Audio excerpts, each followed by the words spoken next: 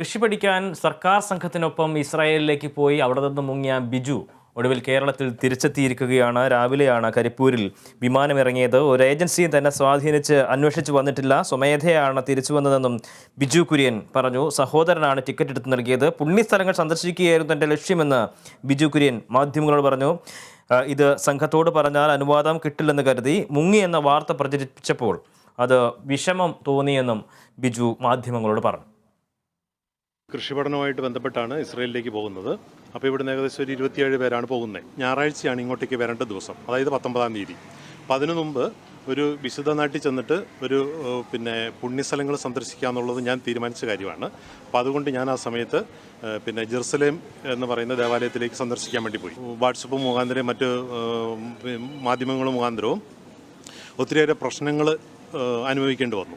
മോശമായിട്ടുള്ള രീതിയിലാണ് ഓരോ കാര്യങ്ങൾ വന്നത്. അത് കഴിഞ്ഞിട്ട് എനിക്കത് വിഷമമായതുകൊണ്ട് മറ്റു കാര്യങ്ങളിലേക്ക് ശ്രദ്ധിക്കാനും എടുക്കാനും പറ്റിയില്ല. അതുകൊണ്ട് അന്ന് തന്നെ അവിടെ തന്നെ വീണ്ടും സ്റ്റേ ചെയ്യേണ്ടി വന്നു. അപ്പം ബ്രദർ മറ്റാരുടെയോ സഹായത്തോടു കൂടി എനിക്ക് ടിക്കറ്റും മറ്റു കാര്യങ്ങളും എടുത്തു തന്നു. അങ്ങനെയാണ് ഇങ്ങോട്ടേക്ക് വരേണ്ട രീതികൾ ശരിയായത്.